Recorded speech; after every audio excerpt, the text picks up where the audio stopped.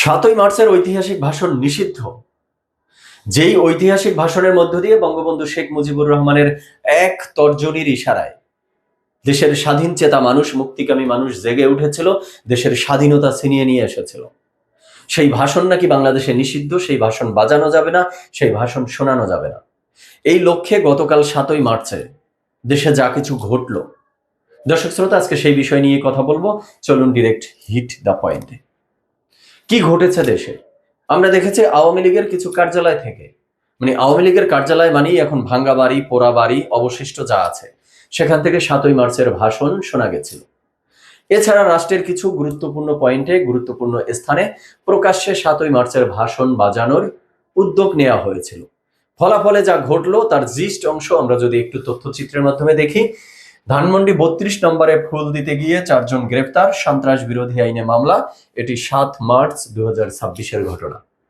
কল্পনা করতে পারেন, একাধিকবার বুলডোজার চালানো, ভাঙচুর করা একটা ধ্বংসাবশেষ বাড়ি, এখন বর্তমানে ধানমন্ডি ৩২-এর বাড়ি অগ্নিসংযোগ করা হয়েছে একাধিকবার।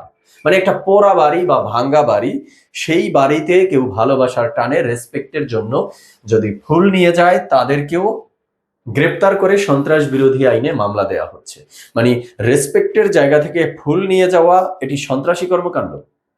তো এই যে একাধিকবার বুলডোজার চালানো হয়েছিল, ভাঙচুর করা হয়েছিল, অগ্নিসংযোগের ঘটনা ঘটানো হয়েছিল, মব সন্ত্রাসী ঘটানো হয়েছিল, এবং সেটা শুধু ধানমন্ডি ৩২-এর বাড়িতে না, সমগ্র দেশে মুক্তিযুদ্ধ, স্বাধীনতার সংগ্রামের যত ইতিহাস ছিল, যত মিউজিয়াম ছিল, স্মৃতি বিজড়িত যত স্থাপনা ছিল, ভাস্কর্য ছিল, সবকিছুর উপরে যে মব সন্ত্রাসী চালানো হয়েছিল, সেগুলো সন্ত্রাসী কর্মকাণ্ড ছিল না? তো সেই সন্ত্রাসীদেরকে কয়জনকে ধরে সন্ত্রাস বিরোধী আইনে মামলা বা গ্রেপ্তার করা হয়েছে শুনি? কাউকেই না। বরং আমরা দেখেছি সেই সন্ত্রাসীদেরকে উল্টো পুরস্কৃত করা হয়েছে। আর যারা ফুল নিয়ে ভালোবাসা প্রদর্শন করতে গিয়েছে, রেসপেক্টের জায়গা থেকে গিয়েছে, তাদেরকে ধরে সন্ত্রাস বিরোধী আইনে মামলা দেওয়া হয়েছে। তো দিন কি এখানেই শেষ, না দিন সামনে আরো বাকি আছে? এরপরে আমরা দেখলাম ৭ই মার্চের ভাষণ বাজানোয় ঢাকা বিশ্ববিদ্যালয়ের শিক্ষার্থীকে তুলে নিয়ে গেছে শাহবাগ থানা পুলিশ। আর এর প্রতিবাদ স্বরূপ ইমির নেতৃত্বে একটি টিম শাহবাগ থানার সামনে গিয়ে মাইকে ৭ই মার্চের ভাষণ বাজাচ্ছিল, এবং সেটা প্রতিবাদ স্বরূপ তাদের টিম থেকে বলা হয়েছিল যে আমাদের টিম থেকে যাকে গ্রেপ্তার করা হয়েছে, পুলিশ বা থানা যদি তাকে ছেড়ে না দেয়, যতক্ষণ পর্যন্ত ছেড়ে না দেয়, আমরা প্রতিবাদ স্বরূপ এই ভাষণ বাজাবো। তো এই ঘটনাকে কেন্দ্র করে ৭ই মার্চ রাতে যা কিছু দেশে ঘটেছে, বিশেষ করে শাহবাগ কেন্দ্রিক, তা সোশ্যাল মিডিয়া বলি, পেপার পত্রিকা, টেলিভিশনে আমরা সবাই দেখেছি। আমরা জানি যে সেখানে ডাকসুর একটা প্যানেল এসে, এই যে মোসাদ্দিক আছে, জোবায়ের আছে, তারা এসে এই হিমির টিমে যারা ৭ই মার্চের ভাষণ বাজাচ্ছিল তাদের উপরে চড়াও হলো, তাদেরকে চড়থাপ্পড় দেওয়া হলো, এক কথায় তাদের উপরে মব ভায়োলেন্স করা হলো, একটা মব সন্ত্রাসী কর্মকাণ্ড ঘটানো হলো। এরপরে সেই হিমির টিমকে বা তাদের মাইক, তাদের রিক্সা, সবকিছু আটক করে থানায় নিয়ে যাওয়া হলো। পরবর্তীতে আমরা যেটি দেখলাম যে শাহবাগ থানার ওসি মোহাম্মদ মনিরুজ্জামান বলছেন ওরা বঙ্গবন্ধুর ৭ই মার্চের ভাষণ বাজাচ্ছিলেন, এটা তো বাংলাদেশে নিষিদ্ধ, এই জন্য তাদের থানায় নিয়ে আসা হয়েছে। ৭ই মার্চের ভাষণ বাংলাদেশে নিষিদ্ধ? কে নিষিদ্ধ করেছে? এই সাহস বা এখতিয়ারটা কার আছে? ডক্টর ইউনূসের সরকার তো রিসেট বাটন প্রেস করেছিল মুক্তিযুদ্ধ, স্বাধীনতা সংগ্রামের ইতিহাস মুছে দেওয়ার জন্য, এবং সেই লক্ষ্যে তারা মব সন্ত্রাসকেও উস্কে দিয়েছিল। ডক্টর ইউনূসের সরকারের কর্মকাণ্ড দেখে মনে হয়েছিল যে কোনো স্বাধীনতা বিরোধী শক্তির কাঁধে তারা ভর করে আছে। তো এই যে পুলিশ কর্মকর্তা, ইনি কি সেই রিসেট বাটনের পুলিশ কর্মকর্তা?